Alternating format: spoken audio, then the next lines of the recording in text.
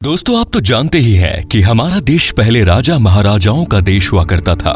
सैकड़ों संस्कृतियां और साम्राज्य, अनेकों धर्म और अनगिनत विचार और न जाने क्या क्या इस देश का हिस्सा रहे हैं। राजा महाराजाओं के बड़े बड़े महल, लाखों की संख्या में फौज, हाथी घोड़े और सोना चांदी से लैस खजाने इतने ज्यादा होते थे जितना धन शायद आज बैंकों में भी ना हो। शायद इसीलिए भारत देश हमेशा सोने की चिड़िया बोला गया, क्योंकि यहाँ धन की कभी कमी नहीं थी। लेकिन उसी भारत देश को आज एक गरीब देश समझा जाता है, क्योंकि जब जब भी भारत पर आक्रमण हुआ, भारत के दुश्मन हर बार यहाँ से धन लूटकर अपने साथ ले गए। भारत पर कई बार मुगलों ने आक्रमण किया, अनेकों मंदिरों को लूटा और उन मंदिरों को नष्ट भी किया। आपको बता दें कि भारत को लूटने में अंग्रेजों ने भी कोई कसर नहीं छोड़ी। आज अंग्रेजों के कई म्यूजियम केवल भारत के खजानों से ही भरे हैं, जिनमें कोहिनूर जैसे अनेकों नायाब नगीने मौजूद हैं। ये सब कभी भारत में हुआ करते थे। लेकिन आप शायद ये नहीं जानते कि भारत देश में आज भी इतना धन और सोना चांदी है जितना कभी राजा महाराजाओं के काल में हुआ करता था। ये धन इतना है कि भारत देश का एक एक नागरिक 15,000 तो क्या 15 लाख भी ले ले तो ये धन कभी खत्म नहीं होगा।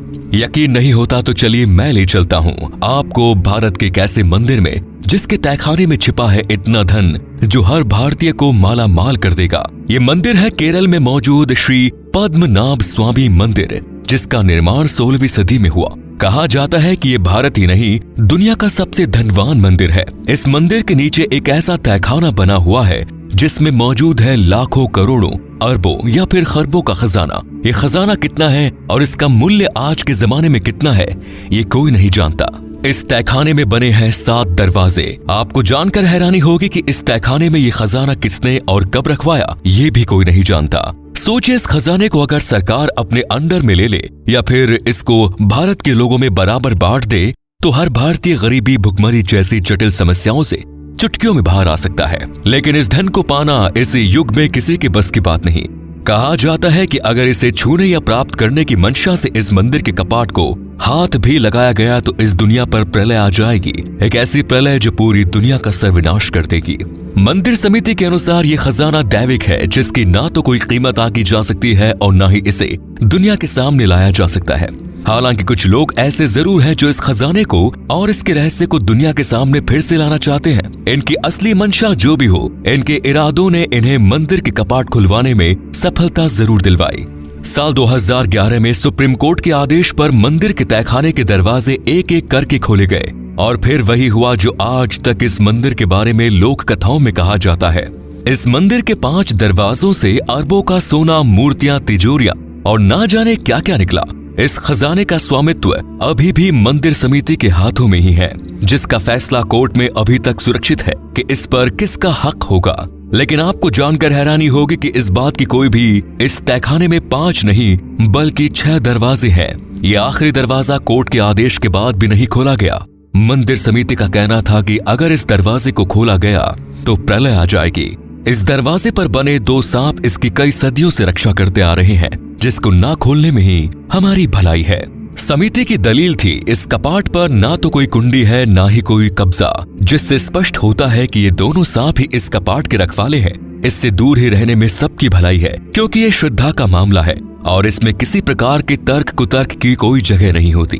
कोर्ट ने समिति की इस दलील को माना और इस आखिरी कपाट को ज्यों का त्यों ही रहने दिया।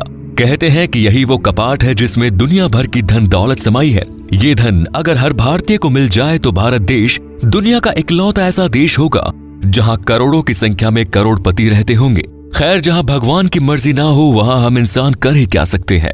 हालांकि इंसान ने इससे पहले भी कई बार इसे हासिल करने की कोशिश की, लेकिन कोई भी इसे हासिल करने में कामयाब नहीं हुआ।